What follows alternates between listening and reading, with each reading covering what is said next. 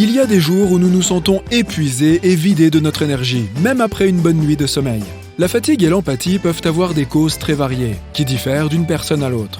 Même une petite tempête solaire à 93 millions de kilomètres de la Terre peut impacter le fonctionnement de tes neurones. Des études ont révélé que les tempêtes solaires étaient si massives qu'elles pouvaient désynchroniser notre horloge biologique et provoquer une somnolence et une paresse inhabituelles. C'est parce que l'activité électromagnétique générée par cette perturbation solaire affecte la glande pinéale de notre cerveau. Bien que cette glande soit très petite, elle joue un rôle clé dans notre système endocrinien.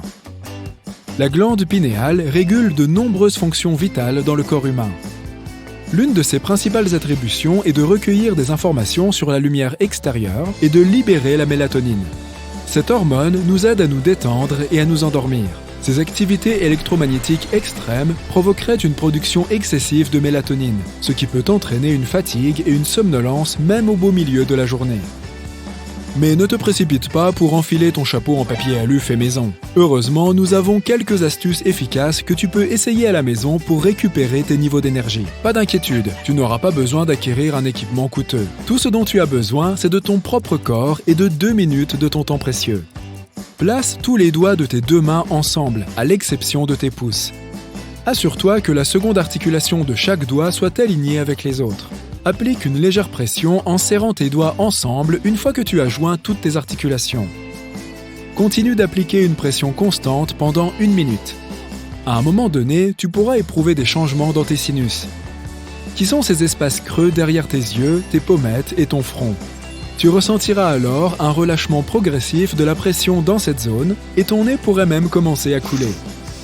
Si tu essayes cet exercice avec quelqu'un d'autre, tu remarqueras probablement que les symptômes diffèrent selon les personnes. Après 1 minute, relâche tes doigts et détends complètement tes bras. Alors, peux-tu sentir des changements dans ton corps ?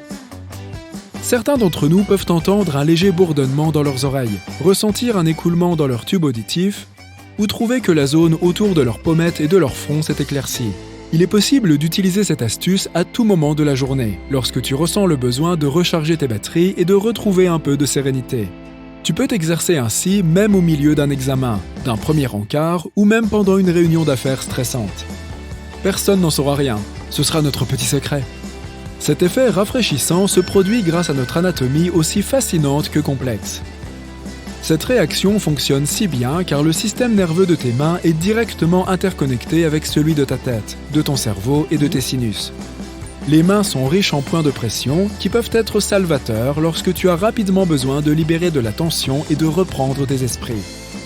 Lorsque tu stimules l'un de ces points de réflexologie, les neurotransmetteurs de ton cerveau réagissent immanquablement. Cela signifie que tu peux tromper ton cerveau pour lui faire dire à ton corps de se sentir ragaillardi.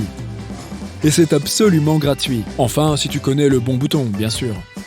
Intéressons-nous donc aux super pouvoirs cachés de tes mains et explorons certains des principaux points de pression.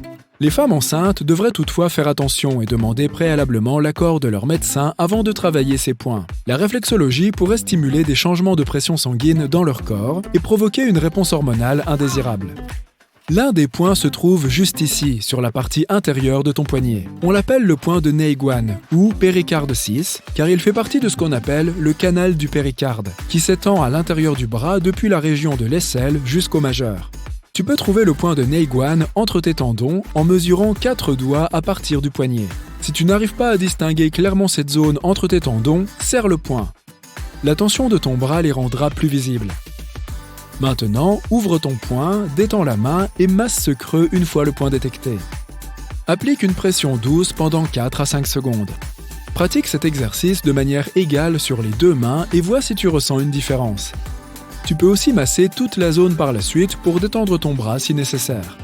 Pendant cet exercice, tu devrais commencer à ressentir une relaxation qui peut se propager dans tout l'intérieur du bras et jusqu'à l'intérieur de la poitrine.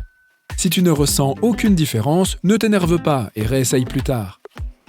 Les maîtres de l'acupuncture travaillent avec ce point pour aider les gens à se sentir plus vigoureux et concentrés, à soulager les maux d'estomac et de tête, ainsi que la gêne au niveau des bras et de la poitrine. Certains prétendent que c'est aussi efficace pour réduire l'anxiété et le mal des transports. L'acupression fonctionne en équilibrant les flux d'énergie du corps.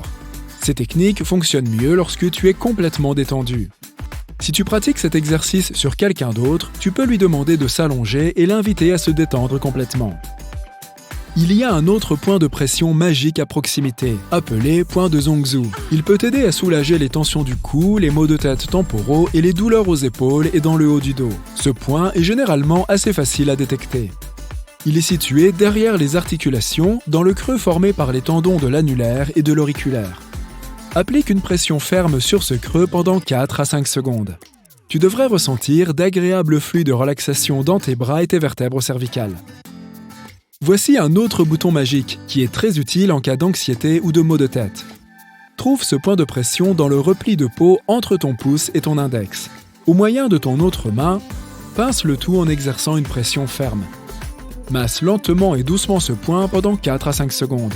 Puis change de main. Peux-tu sentir une différence? Si tu te sens toujours épuisé, même après avoir stimulé tous les points de pression mentionnés, il est temps de t'intéresser à tes alentours. Il y a de fortes chances que le temps soit à l'origine de ta fatigue. Si tu te trouves dans une voiture surchauffée, à l'extérieur par une journée étouffante, ou dans une salle de bain classe bien chaude, il est assez naturel de se sentir fatigué et engourdi. Bien que nous sachions que la chaleur nous fatigue, peu de gens savent exactement pourquoi. Tout d'abord, lorsqu'il fait chaud, ton corps commence à faire circuler des liquides et du sang vers la surface pour se refroidir. Ce processus emploie une partie des ressources de ton corps, ce qui peut te laisser une sensation de fatigue. Ensuite, n'oublie pas que la déshydratation entraîne toujours la somnolence et l'épuisement. Lorsqu'il fait chaud, ton corps perd rapidement du sel et de l'eau sous forme de sueur. Parfois, ce n'est pas la chaleur qui te fait te sentir vidé de ton énergie, mais plutôt le déséquilibre hydrique qui en résulte. Il est donc crucial de boire suffisamment d'eau si tu veux rester dynamique pendant la journée. Et si tu préfères stimuler ton cerveau avec du café, rappelle-toi que les boissons caféinées peuvent agir comme diurétiques, ce qui signifie qu'elles peuvent aussi engendrer une légère déshydratation de ton organisme. Par conséquent, il est recommandé de faire attention à ne pas consommer trop de café et de boire de l'eau plate pour rétablir un équilibre naturel. En parlant de température, des études ont révélé qu'un lieu de travail trop froid ou trop chaud pouvait empêcher les travailleurs de se concentrer sur leurs tâches quotidiennes. Dans l'une de ces enquêtes, 22% des employés se sont plaints qu'un espace trop chaud affectait négativement leur concentration. Et dans une autre, 11% des personnes interrogées ont déclaré qu'un local trop froid rendait leur travail plus ardu. Ces préférences de température peuvent varier en fonction du métabolisme et de la physiologie d'une personne.